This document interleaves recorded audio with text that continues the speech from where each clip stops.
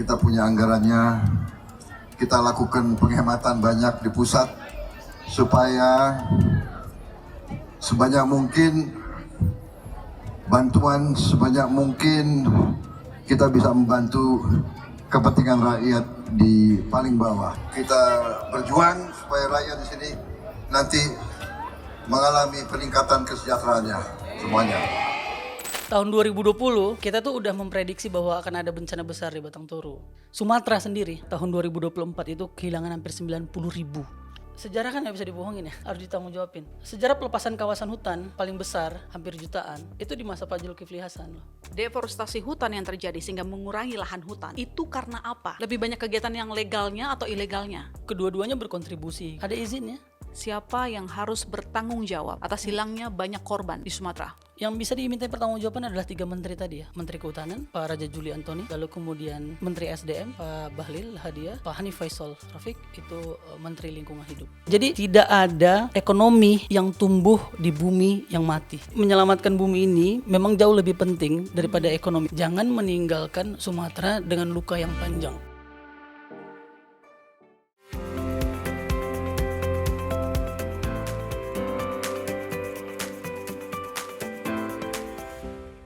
Sahabat Kompas TV, Indonesia tengah berduka. Banjir bandang, longsong dan darurat pangan melanda Sumatera. Ribuan rumah hancur, ratusan korban jiwa melayang. Kerugian ekonomi pun tak terukur. Kita menyaksikan tragedi kemanusiaan yang bukan hanya soal cuaca ekstrim, tapi tentang bagaimana alam yang selama ini menjadi sumber hidup jutaan orang justru berubah menjadi ancaman mematikan. Apakah sejauh ini langkah pemerintah sudah tepat menangani banyaknya jiwa-jiwa yang menangis terpisah dengan keluarganya? Kita akan membahasnya bersama Iqbal Damanik, Climate Energy Manager Greenpeace. Selamat datang di Teras Exbis. Selamat datang. Kita tengah berduka ya Mas ya. Betul. Sumatera sejak beberapa hari ini, kita sekitar 5-6 hari. Ya, betul. Korban berjatuhan, harta benda hilang. Bagaimana Greenpeace melihat tanggapan pemerintah sejauh ini? Sudah tepat atau masih terlalu lambat? Terlalu lambat dan gagap ya kalau kita lihat sebenarnya. Bahkan Presiden baru datang kemarin, itu hari ke-6. Bahkan media sosial udah tahu bahwa ada bencana di Batang Toru itu 7 hari yang lalu gitu ya total. Jadi kita tuh sangat kehilangan empati juga ya para pejabat negara ini.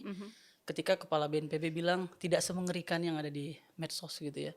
Lalu beliau ke sana dan melihat ternyata semengerikan itu. Dan kita kan tahu ya korban bencana ini selalu akan meningkat dan dihitung gitu. Dan kita sebenarnya dalam konteks SAR itu akan selalu berpacu sama waktu. Jadi 1 menit itu sangat penting sebenarnya. Jadi melihat seremonial yang lebih banyak daripada aksi nyata gitu ya, aksi langsung.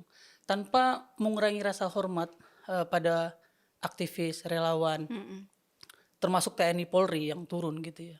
Tapi kita akan melihat bahwa mereka membutuhkan bantuan juga, bahkan mungkin bantuan dari TNI Polri dari provinsi lain untuk di BKO-kan ke wilayah Sumatera Utara, Sumatera Barat maupun Aceh. Jadi kalau kita lihat informasi, bahkan mereka membutuhkan air bersih ya. Jadi kalau dalam kondisi bencana ini sebenarnya agak sulit ya untuk ngomong ini nih, apalagi kita yang kayak saya yang lahir dan besar di Sumatera Utara ya, sampai besar di sana, banyak keluarga di Sibolga, di Batang Toru gitu ya. Kesedihannya tuh 2 kali sebenarnya. 2 kali dalam artian tahun 2020 kita tuh udah memprediksi bahwa akan ada bencana besar di Batang Toru. Dari dampak deforestasi sama situasi cuaca ekstrim yang semakin banyak di wilayah Asia Tenggara. Ini kan sebenarnya catatan-catatan panjang sains gitu ya. Philippines, Thailand, tahun ini ya Philippines, beberapa bulan lalu Philippines kan, typhoon. Kita lihat intensitas hujan yang semakin besar di wilayah Sumatera, di wilayah sekitar ini. Kalau deforestasinya besar, bencana itu hanya tinggal menunggu waktu. Saya ngomong ini tahun 2020. Masih ada YouTube-nya, masih ada, saya cek ya, masih ada pemberitaannya. Waktu kita ngomongin deforestasi masif di wilayah Batang Toru. Dan hari ini kejadian gitu ya. Jadi sains sudah mengingatkan dan banyak orang sudah mengingatkan terhadap wilayah ini sebenarnya, kerentanan ekosistem. Banyak data sebenarnya terbuka sekali kalau dilihat ada 11 juta hektar hutan primer Indonesia hilang dalam 22 tahun. Peringatan banyak dilakukan, makanya sering ada forum-forum internasional. Tapi menurut Anda kenapa pemerintah tampaknya kurang peka, nggak mau tahu atau gimana? Bahkan dokumen pemerintah sendiri bilang ada namanya volume nursing tentang deforestasi ya, tentang penurunan emisi dari sektor volume, dari sektor kehutanan. Kalau kita mau mencapai penurunan emisi, maka ada kok bisa dibilang seperti kuota deforestasi ya. Bahwa kita tidak boleh melebihi deforestasi lebih dari sekitar 2 jutaan gitu ya. Kalau kita runut dan kita hitung aktual deforestasinya, sebenarnya kita tuh udah minus sekitar 143.000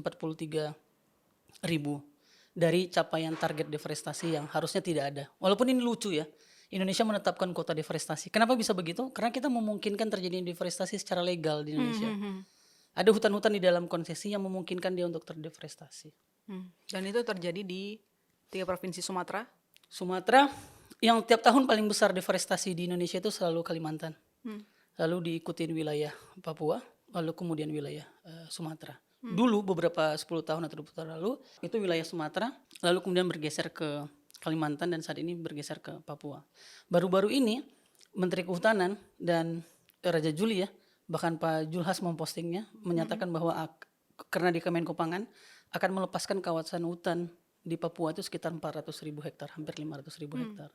Itu angka yang besar. Kalau dia dilepaskan sebagai kawasan hutan, memungkinkan dia untuk terdeforestasi. Angka 400 hampir 500.000 hektar itu, angka deforestasi 1 tahun 2024 itu hampir 300.000. Kita ngomongin 300.000 ini kayaknya kecil banget gitu ya. Padahal 300.000 ini adalah angka yang sangat besar sekali. Besar sekali angka 300.000. Kalau membayangkan, sulit membayangkannya ya. Dulu kita pernah ngambil footage deforestasi di Kalimantan Tengah. Programnya Pak Prabowo nih, waktu dia masih jadi Kemhan. Yang gagal itu ya. Yang menggantikan pohon menjadi singkong. Dan singkongnya sampai sekarang gak ada. Sebenarnya kita bisa nuntut tuh sama Pak Prabowo ya. Itu luasannya 700 hektar, bukan 700.000 ya. Bayangkan seluas 700 hektar tuh seluas itu gitu. Jadi berkali-kali lipat dari itu sebenarnya terjadi.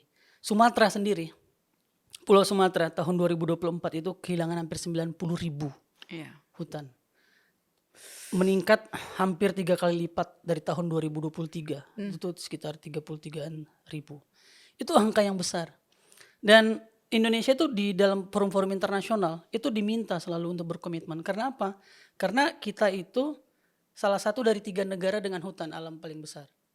Setelah Brazil, Amazon, Kongo Basin, lalu Indonesia. Dan saat ini tinggal Papua. Jadi yang bergantung terhadap hutan Indonesia itu nggak cuma orang Indonesia. Yang bergantung terhadap hutan Indonesia adalah seluruh makhluk yang hidup di bumi ini itu bergantung sama hutan Indonesia. Jadi Mas Iqbal, kembali ke Sumatera, deforestasi hutan yang terjadi sehingga mengurangi lahan hutan, Betul. itu karena apa? Lebih banyak kegiatan yang legalnya atau ilegalnya?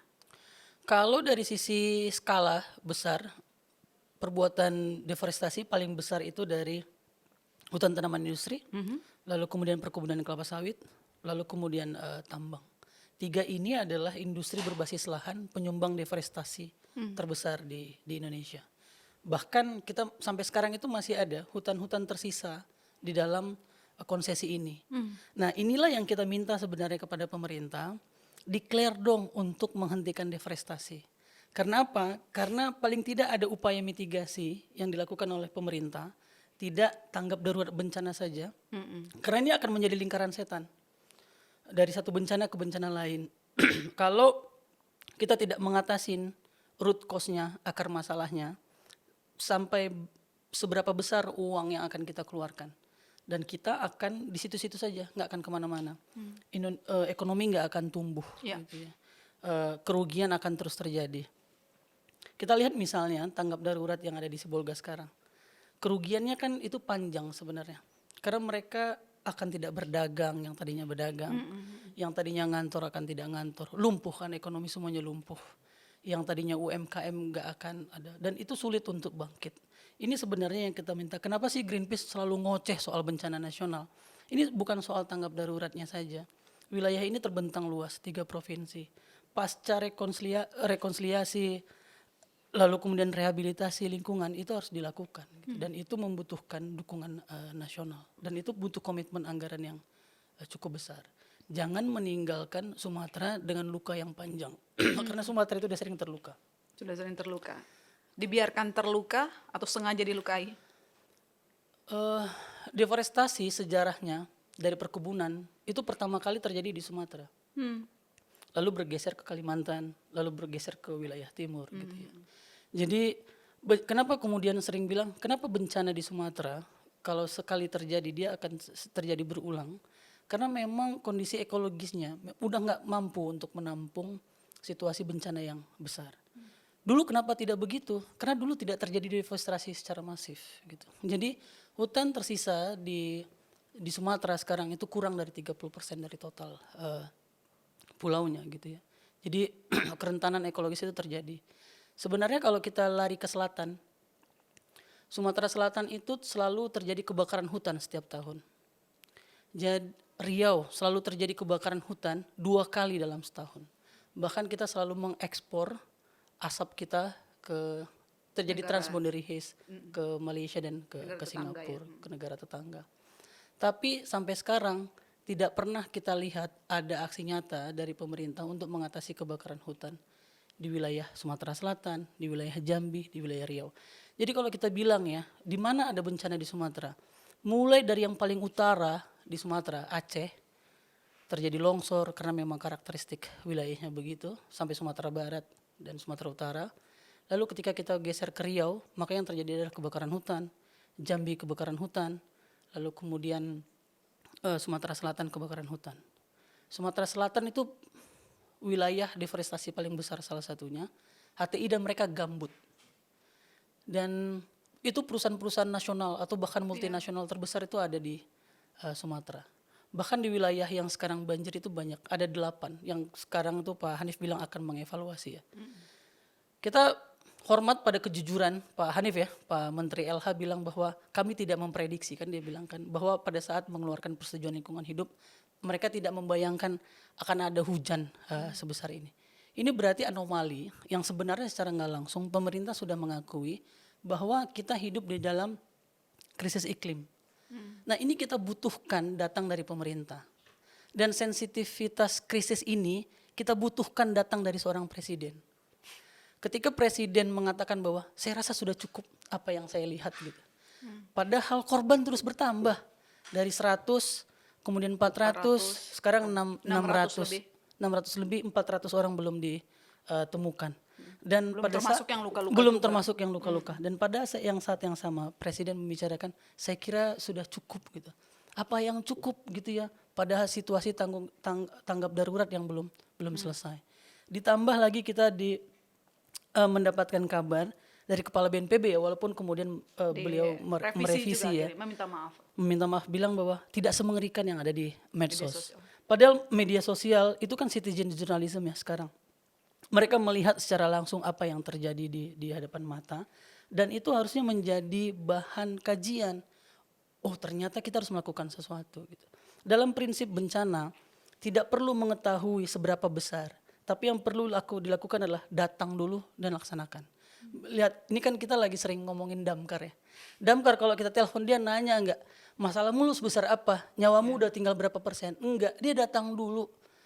Ambulan juga gitu kan. Ambulan kalau mau jemput kita nanya enggak, udah tingkat keparahan sekrisis apa gitu. Enggak gitu. Orang akan berpikir tentang tanggap darurat, itu yang namanya tanggap darurat gitu. Enggak nanya, enggak ngerikan kok gitu. Ini kan bahaya ya ketika sekelas kepala BNPB menjadikan korban angka statistik. Baru 100 kayaknya masih aman deh. Bencana lain enggak sampai 100. Dalam konteks SAR atau dalam konteks kemanusiaan, satu korban yang tidak terselamatkan gara kebijakan itu adalah kesalahan sebenarnya. Jadi semoga Pak Kepala BNPB mendengar ini ya. Bayangkan karena dia berpikir ini tidak semengerikan itu, dia menunda satu aktivitas untuk melakukan SAR ke wilayah Sumatera. Gitu ya. Di dalam jeda dia menunda itu atau mempertimbangkan harus mengirimkan SAR dalam skala nasional, korban detik demi detik berjatuhan.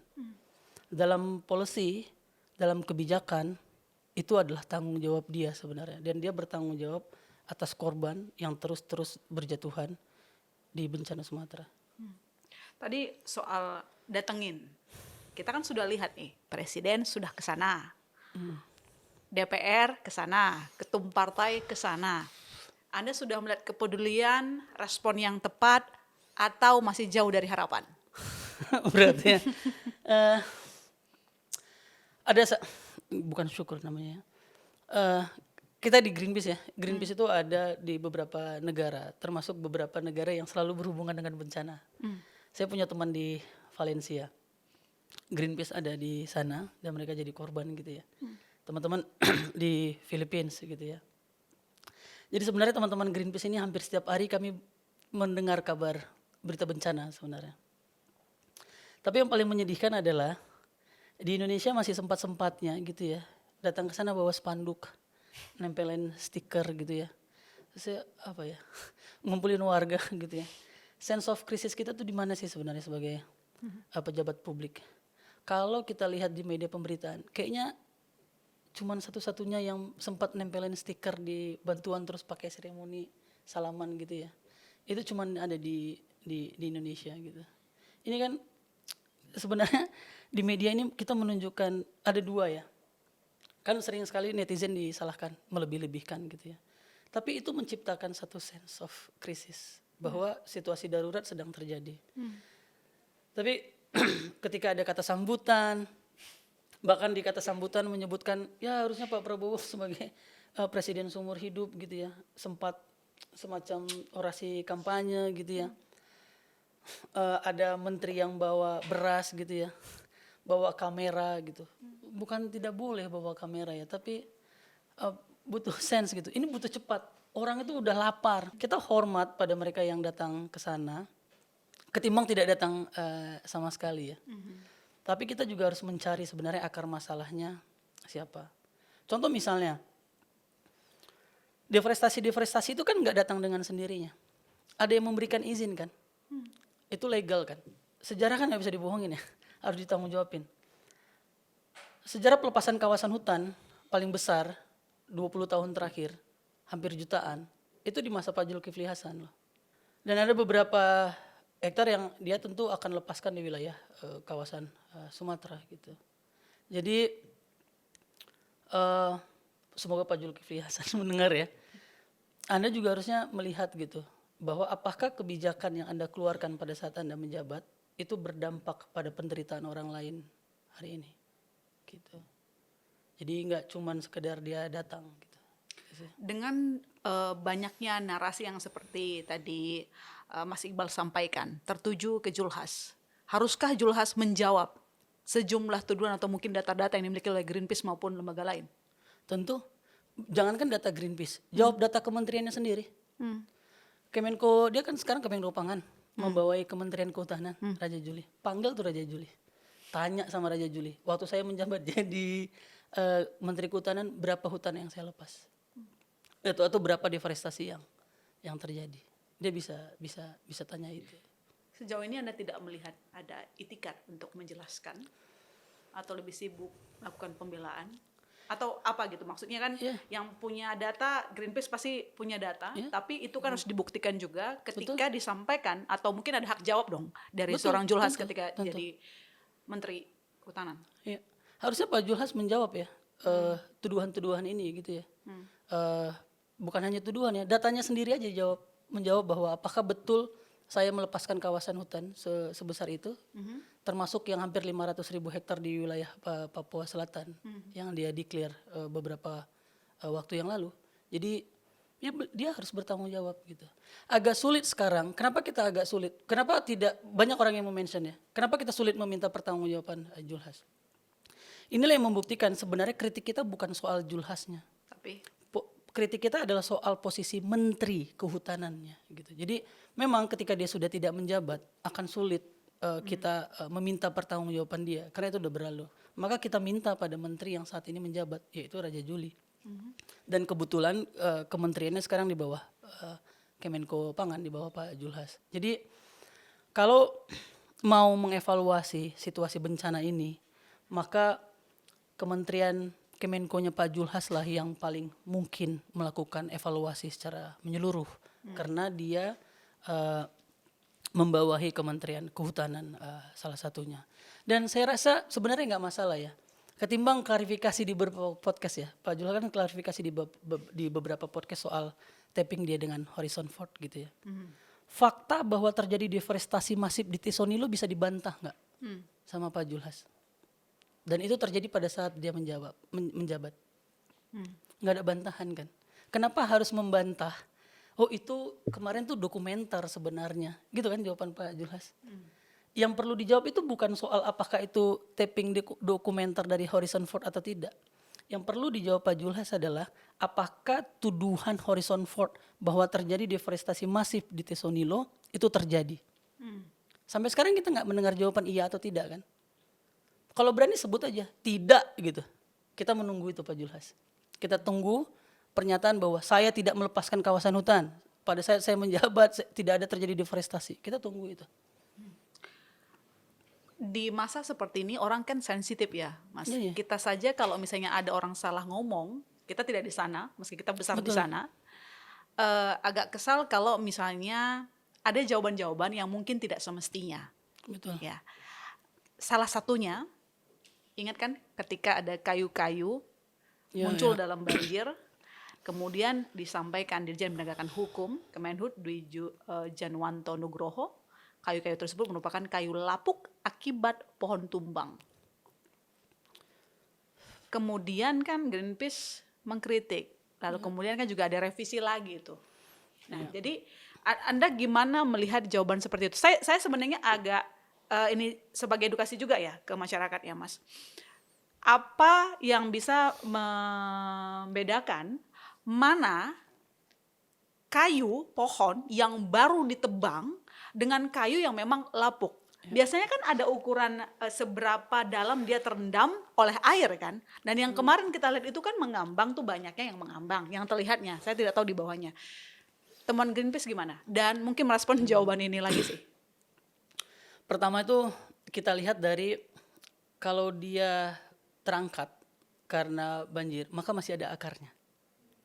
Satu. Kedua, kalau dia tumbang atau patah, maka patahnya nggak lurus.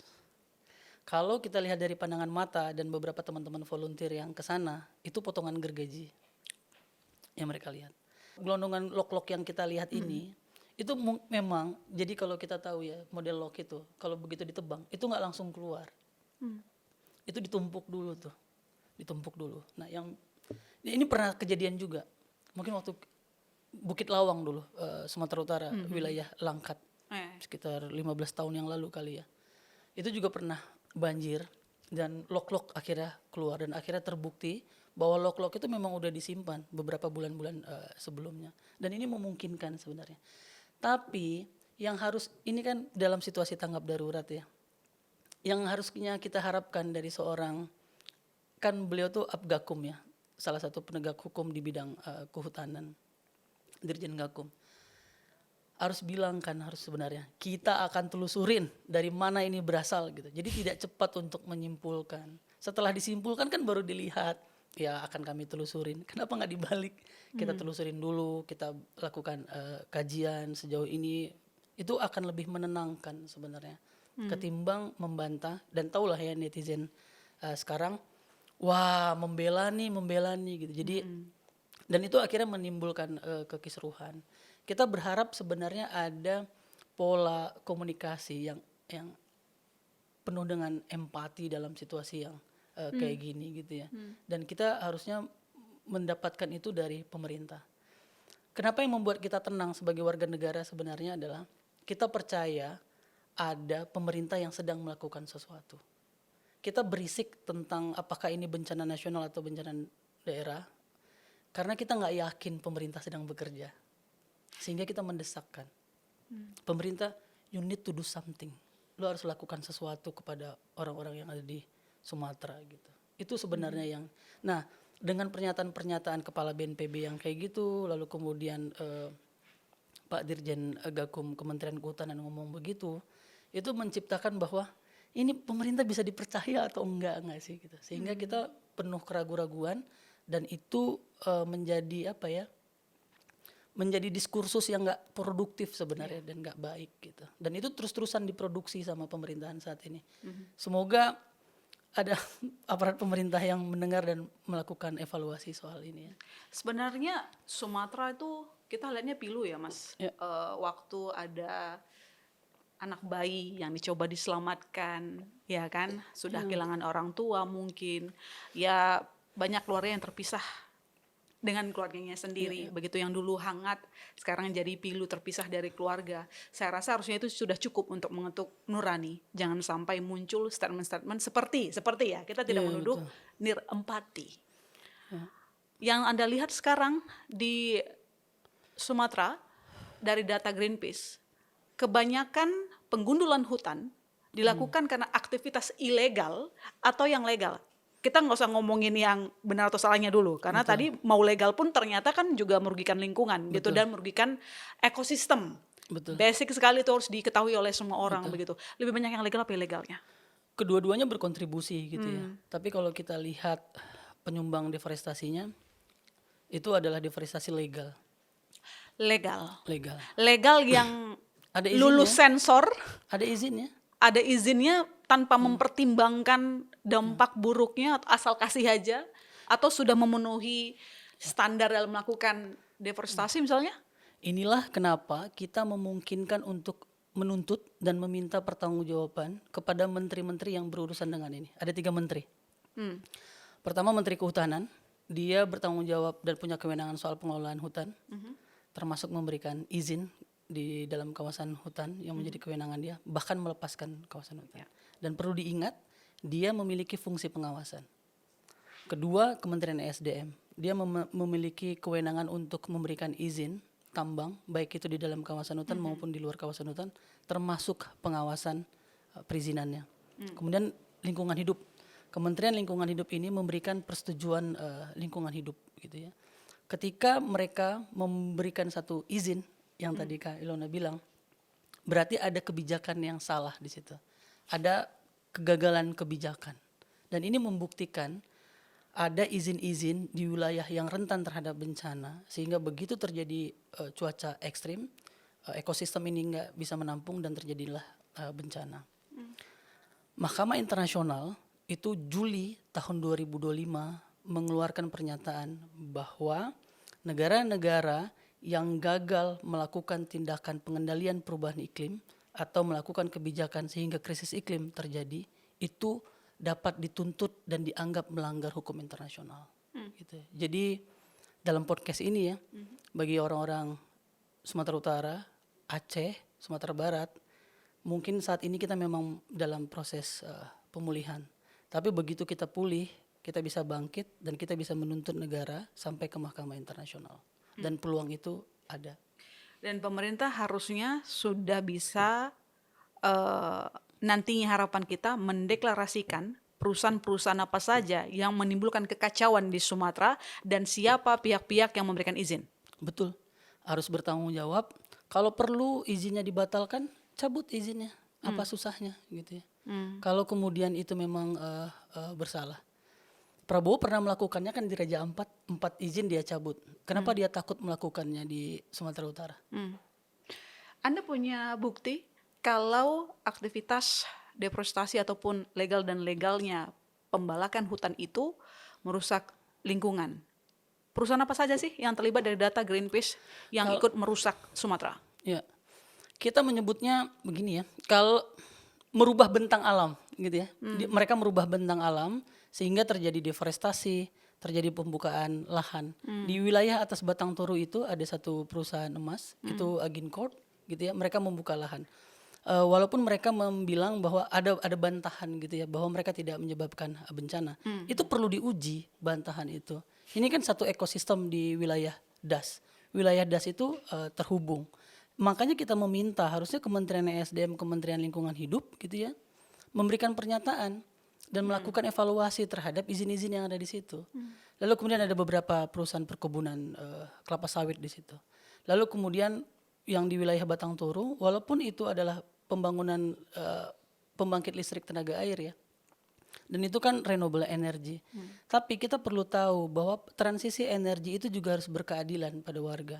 Jangan karena atas nama transisi energi kita mampu membabat hutan sekenanya sehingga ketika terjadi bencana, ketika terjadi extreme weather bencana terjadi gitu. Jadi transisi energi itu penting dan sangat penting dan harus dilakukan Indonesia.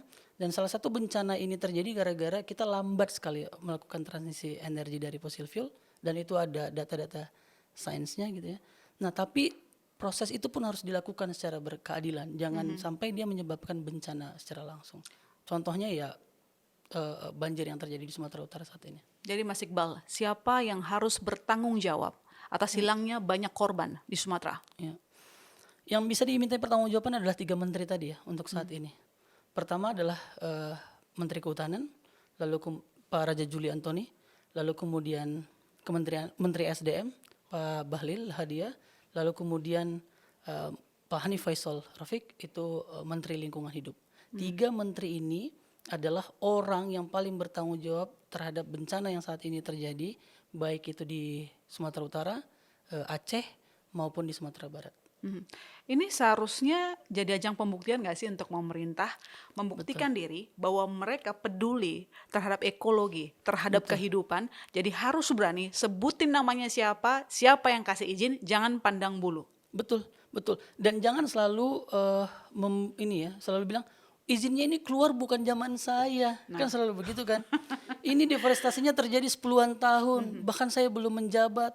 Mungkin saya masih jadi supir angkot di Kota Sorong misalnya gitu ya. Kan dia selalu bilang gitu kan. Ini bukan soal dia yang memberikan izin. Sebagai menteri, dia memiliki hak melakukan pengawasan. Kalau seandainya ini terjadi tanpa pengawasan, berarti ada kelalaian di situ. Kelalaiannya apa? Melakukan pengawasan terhadap izin-izin yang sudah mereka berikan. Izin ini kan diberikan oleh negara. Menteri itu memang orang, tapi kan atas nama negara. Ya lu harus bertanggung jawab. Dan yang kita paling bisa mintai pertanggungjawabannya adalah 3 menteri ini ya untuk saat ini. Anda optimis akan dibuka nama-namanya? Saya optimis ya. Kalau menteri ini 3 mau dipersalahkan, Anda buka siapa yang salah. Kalau enggak ya kita akan menuntut 3 menteri ini kan terus. Dan kita pernah menang loh. Gugatan Kalimantan Tengah terhadap gugatan presiden akibat kebakaran hutan itu dimenangkan sama warga Kalimantan Tengah, Bang Rio Rompas. Dia menang. Jakarta kita pernah loh menang menuntut presiden, gubernur Jakarta, gubernur Banten, Jawa Barat waktu itu dan menang gitu. Walaupun negara akhirnya tidak melakukan apa-apa ya dan melakukan banding waktu itu Jokowi kalah gitu ya. Tapi ada bukti bahwa warga negara melakukan penuntutan melalui sistem peradilan dan kita menang. Dan itu membuktikan, kita menang itu membuktikan bahwa negara pernah melakukan kebijakan yang salah. Kalau pemerintah sudah tahu dia salah, evaluasi lah gitu. Kecuali pemerintah kita memang denial ya, gitu. Atau tone deaf gitu ya. Kalau kata anak sekarang gitu ya. Jadi saya berharap sebenarnya ya pemerintah ini mendengarkan kritikan kita gitu ya. Sampai kapan kita mau terjebak dalam di dalam lingkar setan bencana ini gitu. Dari satu bencana ke bencana berikutnya. Dan bencana, BNPB mencatat ya, bencana hidrometeorologi itu kan hampir 3.000 ya tahun ini. 3.000 besar itu, 3.000 titik bencana termasuk kebakaran hutan. Itu besar 3.000 itu untuk karena saking luasnya Indonesia mungkin kita nggak merasa ada bencana ya. Dan itu IPCC mengingatkan kalau kita tidak menurunkan suhu bumi di bawah 1,5 itu bencana akan terjadi 8 kali lipatnya. Berarti tahun-tahun berikutnya bencana akan terjadi sekitar 23.000 bencana. Bayangkan kalau ada anak yang lahir tahun ini sekitar umur 20 tahun lagi dia akan berhadapan bencana dan kebencana. Dan APBN sampai kapan sih sanggup mengatasin ini semua? Dan kita tahu anggaran BNPB juga dipotong kan. Bahkan kabarnya tahun 2026 akan dikurangin dan hanya akan sampai hampir 500 miliar saja dari sekitar 2 triliunan tahun ini. Bayangkan kalau seandainya bencana terjadi tahun depan di wilayah lain sama kayak Sumatera, kayaknya nggak akan ada biaya dana tanggap daruratnya karena biayanya cuma sekitar 500 triliun Ya, dan hampir 2026. 2026 dan hampir sebagian besar itu kan untuk biaya operasional kantor, gaji dan sebagainya. Ya, kerugian ekonomi sangat besar dari bencana alam di tahun ini saja, mungkin dari 1 Januari sampai 1 Desember itu udah ada 2.000-an lebih bencana, paling banyak karena banjir. Terus saya juga tertarik sama data, mungkin saya kutip, itu kayaknya kerja sama Greenpeace ya. Betul. Itu ekologis di Sumatera kemarin per November 2025 diproyeksi mengakibatkan kerugian ekonomi 68,67 triliun rupiah. Betul. Kerugian negara dari aktivitas-aktivitas yang tidak bertanggung jawab yang hanya dinikmati oleh segelintir orang. Agak bingung sih kita membahas ini karena harusnya negara yang terdepan bahas ini. Ini kita kembali kepada istilah zaman dulu ya. Dengan situasi kayak gini, yang kaya makin kaya, yang miskin makin miskin. Karena apa yang miskin makin miskin? Karena yang tadinya udah ekonominya kecil, sedikit, dan dia jadi korban bencana. Kapan mereka mau memulihkan ekonominya? Kalau dia juga terdampak bencana. Kalau pikirannya cuma bisnis aja, keuntungan pribadi, yang penting dapurnya doang ngebul, nggak mikirin orang lain. Toh kalau kaya orang lain nggak ada kan juga nggak bisa nikmatin nggak sih? Betul. Tapi mereka juga harusnya berpikir, ketika terjadi bencana kayak di Sumatera yang di Sumatera saat ini terjadi, ada nggak bisnis yang bergerak? Nggak ada. Perkebunan kelapa sawit juga nggak jalan kan? Mereka gagal panen. Pertambangan emas gimana mereka mau ngirimnya? Gagal. Jadi tidak ada ekonomi yang tumbuh di bumi yang mati. Gitu. Itu pasti. Jadi menyelamatkan bumi ini memang jauh lebih penting daripada ekonomi. Ekonomi penting, tapi menyelamatkan bumi ini jauh lebih penting. Ya bumi diselamatkan dulu, kalau misalnya nyelamatin ekonomi, kalau buminya rusak kan sama aja rugi gitu ya. Kalau dilihat sekarang kan bencana Sumatera bahkan disebut-sebut sebagai tragedi ekologis terburuk dalam 35 tahun terakhir. Harusnya ini menjadi wake up call untuk pemerintah mulai sadar dan mulai menampar orang-orang rakus begitu, karena hidup nggak cuma sendiri. Betul. Nggak cuma wake up call ya. Kayaknya ini peringatan terakhir bagi Pak Prabowo. Januari Pak Prabowo itu sempat ngomong, Januari atau Desember ya, jangan takut deforestasi. Apa itu namanya? Deforestasi gitu ya. Ini harusnya menjadi peringatan kepada Pak Prabowo, seberbahaya itu deforestasi dan seberbahaya ini kalau kita tidak peduli sama lingkungan. Pertumbuhan ekonomi yang ditargetkan Pak Prabowo 8% itu nggak akan pernah terjadi ketika Pak Prabowo hanya sibuk mengurusi dari satu bencana ke bencana yang lainnya. Maka apa yang harus dilakukan Pak Prabowo adalah segera lakukan tindakan-tindakan mitigasi. Ada 2 yang paling mungkin bisa dilakukan oleh Pak Prabowo, dan Pak Prabowo sebenarnya udah berkoar-koar di internasional soal ini. Pertama adalah melakukan transisi energi, terutama di sektor ketenaga listrikan. Dari energi fosil ke energi renewable energy. Yang kedua adalah mendeklar bahwa kita harus segera menghentikan deforestasi. Dan 2 hal ini ada di tangan Pak Prabowo sekarang, dan dia bisa melakukannya. Jadi berapa lama waktu dan juga anggaran yang dibutuhkan untuk memulihkan ekologi Sumatera, Mas Iqbal? Untuk pulih aja itu butuh waktu bertahun saya rasa ya. Untuk pulih aja ya, untuk bangkit gitu ya. Untuk memulihkan secara utuh, kalau kita melihat di beberapa daerah butuh lebih dari 5 tahun gitu ya, apalagi situasinya seburuk saat ini ya gitu. Jadi tapi saya berharap tidak selama itu. Kenapa desakan anggaran yang cukup besar untuk dialihkan untuk diteruskan kepada saudara-saudara kita di Sumatera? Karena kita tahu memulihkan bencana itu adalah anggaran yang cukup besar. Bappenas pernah mencatat kalau dari tahun 2020 sampai 2024 gitu ya, proyeksi mereka kalau bencana as it is terjadi seperti saat ini, maka kerugian kita tuh bisa mencapai 500 triliun dalam 4 tahun. Artinya itu bisa membangun anggaran IKN itu 500 triliun. Kalau bencana tidak terjadi, kita bisa membangun kota seperti yang dibayangkan Pak Jokowi di IKN, walaupun sampai sekarang nggak ada juga ya, cuman istananya doang. Jadi dana bencana sebenarnya rawan dikorupsi nggak sih? Rawan sekali. ICW dulu pada saat ada BRR itu melakukan rawan korupsi, melakukan analisis. Bahkan korupsi Palu terjadi korupsi kan terhadap pengadaan air bersih gitu. Bencana itu, anggaran bencana sangat rawan untuk dikorupsi dan rentan. Dan harusnya diawasin ketat ya. harus Jangan sampai diawasin. tidak sampai dan membuat yang sempat terjadi lambat saja bantuan itu sampai, orang-orang sudah mulai kehilangan akal. Yang paling nggak bisa ditahan itu kan perut ya, saat lapar, Betul. mau tidur kala ngantuk, Betul. haus itu sesuatu yang tidak bisa ditahan dan itu bisa menimbulkan kemarahan. Harusnya pemerintah bisa lebih peka untuk menangkap, jangan sampai rakyatnya marah, apalagi gara-gara perutnya kosong. Nah, pertanyaannya begini, dari jumlah korban yang jatuh, sedih ya Mas kalau ngelihat Sumatera sekarang gitu, dari Aceh sendiri kan juga bilang desa-desa hilang Hilang, betul. rata, Betul. yang dulunya mungkin banyak rumah gitu. Jadi menurut Mas Iqbal, perlukah kita menetapkan peristiwa yang terjadi di Sumatera sebagai bencana nasional?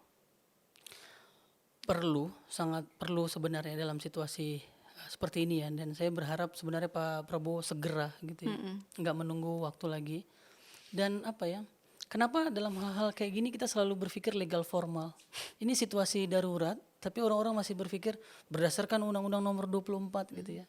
Ada kriteria penetapan bencana nasional. Seharusnya kan beliau kan backgroundnya militer ya. Harusnya militer tuh bisa ngelihat kan situasinya kayak apa, bisa dijangkau atau tidak gitu. Kepala BNPB juga berasal dari militer kan, orang teritorial. Untuk melihat situasi kayak gini, kan dibilang semuanya sudah cukup. Tapi kan kita tahu faktanya banyak wilayah-wilayah yang nggak bisa dijangkau. Kenapa tidak bisa dijangkau? Karena alatnya kurang. Kenapa alatnya kurang? Karena nggak ada bantuan, gitu kan? Tapi kita kan selalu berpikir BNPB sudah maksimal, daerah-daerah sudah maksimal. Tanpa mengurangi rasa hormat kita, semua orang relawan, kita yakin mereka sudah maksimal. Tapi apakah kita bisa mencapai lebih dari ini? Bisa. Bagaimana caranya? Tetapkan bencana yang terjadi di Sumatera ini sebagai bencana nasional. Dengan tujuan supaya satu komando ya. Betul. Dan ini kan begitu dia bencana nasional, itu kan akan sampai kepada rekonsiliasi ya, rekonstruksi ulang gitu ya, rekonstruksi ulang, rehabilitasi ulang. Yang kita harapkan itu sampai ke sana gitu. Sekarang kan dana-dana pemerintah daerah banyak yang dipotong juga kan, DAK banyak dipotong. Jadi kalau kita bebankan dalam situasi bencana kayak gini semuanya kepada pemerintah daerah, kita yakin sebenarnya pemerintah daerah nggak akan sanggup. Kenapa harus darurat bencana nasional dan apa dampak buruk kalau tidak diterapkan? Korban akan terus berjatuhan dan udah kita lihat kan. Ini udah hampir 7 hari dari yang tadinya kita lihat di pemberitaan puluhan, sekarang sudah mencapai angka 600-an. Dan tidak hanya korban yang ditemukan meninggal gitu ya, juga korban-korban yang saat ini tidur di pengungsian, sakit, membutuhkan perawatan, akses air bersih berkurang, itu bisa menyebabkan korban-korban berikutnya. Yang tadinya tidak harus meninggal, kita statistik akhirnya menambah jumlah orang yang meninggal karena lambatnya penetapan darurat bencana nasional dan kegagapan dalam mengatasi bencana ini. Kalau tidak diterapkan darurat bencana nasional, itu yang membuat BNPB tidak bisa bergerak luas selama ini. Selama ini betul. Terlalu banyak komando, tidak terintegrasi. Betul. Dan itu harusnya Presiden segera menetapkan darurat bencana nasional. Kemarin Presiden sudah datang, tapi tanggapannya adalah dana anggaran aman untuk bencana. Anda melihat akan ada status darurat bencana nasional atau masih jauh? Agak jauh sebenarnya ya. Keyakinan omongan Pak Presiden ini kan harus dibuktikan. Ada dananya. Kan harus kita tanya, berapa dananya Pak? Ada, tapi kalau nggak cukup, gimana? Ada dan cukup, itu yang harus dipastikan. Gitu. Mau nggak Pak Prabowo merealokasi dana MBG ke sana? Bisa kan? Apa susahnya gitu? Ini kan dalam situasi darurat dan itu yang harus kita minta gitu. Apa susahnya? Dan salah satunya juga mulailah mungkin lebih jelas lagi menyusun program, karena kalau kita lihat dana BNPB untuk penanggulangan bencana salah satunya itu terus berkurang seperti yang kita jelaskan. Tahun 2026 nggak nyampe 500 miliar rupiah, di bawah 1 triliun rupiah. Sementara Indonesia berdasarkan data World Bank itu nomor 2 negara di dunia yang paling rentan selalu kena bencana. Betul. Bahkan jumlah bencana kita tuh ribuan. Bayangkan dana yang sudah ada hampir 2 triliun aja mengatasi ribuan bencana itu kurang. Apalagi ketika tahun depan BNPB hanya mendapatkan dana tidak lebih dari 500 miliar. Itu namanya bencana berkali-kali. Ya. Dan bencana berkali-kali itu disebabkan karena kebijakan yang tidak bijak dari seorang presiden. Ya, kita tunggu respon pemerintah dengan cepat, tepat sasaran, karena kerusakan lingkungan yang nanggung ongkosnya tidak cuma yang ngasilin duit, tapi juga mereka-mereka yang tidak berdosa bahkan tidak menikmati duitnya sama sekali. Terima kasih Mas Iqbal telah bergabung di Teras Aktivis.